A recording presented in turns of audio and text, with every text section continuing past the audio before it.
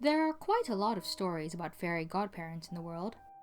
Whether any of these other stories are accurate or not is unknown. When it comes to Adam Young, though, it most certainly is. Not that his parents knew, of course. No, to them, Mr. Fell was just their kind neighbor, who ran a bookshop and was so gentle, and such a comfort to Deirdre during her pregnancy, and it had only seemed natural to give him the honor of being Adam's godfather. They had no way of knowing that he was an actual fairy, and that they could not have chosen a better guardian for their son than him. Aziraphale, for that was his name, or at least the name we must call him, adored Adam. He was a sweet, curly-haired child, rambunctious and excitable, but not exactly ill-behaved. He was prone to naughtiness, but Aziraphale, despite professing great value and morality, had always found naughtiness rather charming. And he was careful to teach the boy, and he had many opportunities because Adam spent a great deal of time in Aziraphale's company to draw the line between naughtiness and truly being bad. When Adam was 2, his parents went away for the weekend, the first time since Adam's birth that they had felt able to leave him for more than a few hours, and left Adam with his godfather, who was quite looking forward to a weekend of doting on his rascally godson, taking him out for scrumptious desserts, and then reading to him from a big storybook while Adam played in the garden. And that is where our story begins, with Adam slightly sticky and running off a large amount of sugar in the garden while Aziraphale, his fairy godfather, reads to him stories that are not quite true, but could very easily be. And a pair of golden eyes, peering at them both through a crack in the garden wall that was not there earlier, and will not be there later on. Every fairy story needs a villain, right? Crowley was a goblin king.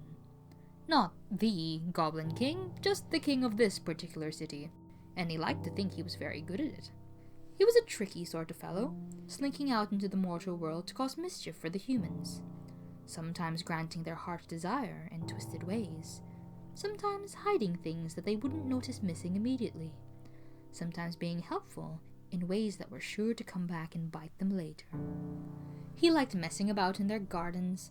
Crowley loved gardens, but he loved gardens that were allowed to grow naturally, and the gardens of humans were far too neat and tidy and controlled than the wild gardens of his realm. Plants should be guided, not led, and their growth was far more luscious when they were allowed to expand in the ways that came naturally. Guided with a healthy dose of fear, that is. And stealing children, of course! That was his favorite game. Stealing children away and leading their caretakers on a merry game through his labyrinth to get them back.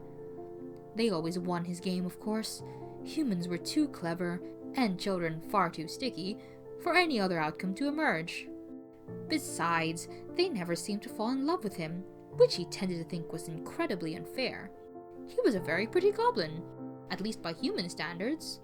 By goblin standards, he was too tall, too thin, and too altogether human to actually be considered attractive. And he wore very tight trousers and had nice hair, so at least one human ought to have fallen in love with him by now. He had been watching the house for a few days now, ever since deciding that this Tadfield was a much better place to put his realm than the growing city he'd been keeping it in before.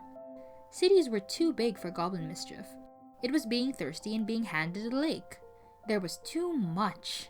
No, little villages were best, and Tadfield was so small and idyllic that it practically cried out for a goblin city. Children in a village had a right to grow up with their good neighbors lurking around to wreak havoc.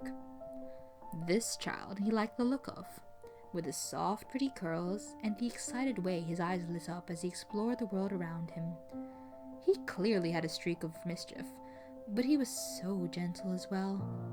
The first day Crowley saw him, he'd been lying perfectly still in the grass, watching a bird hopping around a few feet away, not even daring to move, lest he frighten her from her meal.